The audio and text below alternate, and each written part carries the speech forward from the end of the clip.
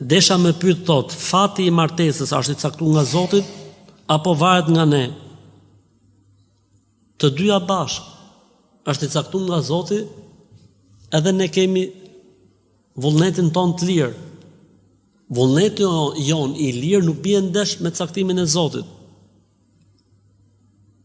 Janë të dyja bashkë. Vullneti jon i lirë për zgjedhjen e partnerit, pra bashkëshortit apo bashkëshortes, është pjesë e caktimit të Zotit. Pra ne bëjmë sebepin, Zoti e di se këtë do të bëjmë ne. E këtë që Zoti e di e ka shkruajt, edhe nuk ka nevojë Zoti më na prit neve se çfarë do të vendosim për të martuar. Ai e di, e ka shkruajt, thjesht kur vjen momenti ke për të bërë atë zgjedhjen që Zoti ka shkruajt. Kështu që, si më thon, kush e bën dritën, korrenti apo llamba? S'ka lidhje ato. Korrenti bën punën e vet, llamba bën punën e vet.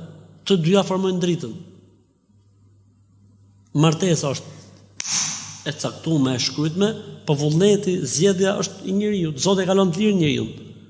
Pse Zoti e ka ditë se çfarë zgjidhje do të bëjë njeriu në jetë, unë nuk mendoj se tu ka ndonjë, si më thon, problem, apo me kuptimin nuk mendoj se ka ndonjë paqartësi. Zoti e ka ditë çfarë zgjedhje do të bëjmë ne. Këtë zgjedhje Zoti e ka shkruajtur me kohë. Se s'do ta pritet neve Zoti.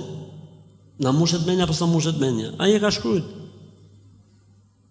E qartë, pra njeriu në zgjedhjet që bën jetë është krejtësisht i lirë. Po ne e provojmë me veten tonë. Kur falim namaz na detyron kush? Një forcë e jashtme na ngren më fal, jo vetë, e vendosim falem. E vendosim s'falemi. Po Zoti s'ka për të prit derisa të na ndajë mendjen ne që do të falem apo jo. Zoti e din se çfarë do të bësh ti. Për këtë arsye ka xhenet, për këtë arsye ka xhenem. Xheneti fitohet me mund dhe me djers, që ka të bëjë me vullnetin dhe dëshirën e njeriu, korrektësinë e tij në jetë etj. Dhe xhehenemi, Zot na ruaj, fitohet me mund dhe me djers, që ka të bëjë me vullnetin dhe me dëshirën e njeriu dhe me zgjedhjen e njeriu në jetë. Kështu që nuk ka përplasje mes të dyjave.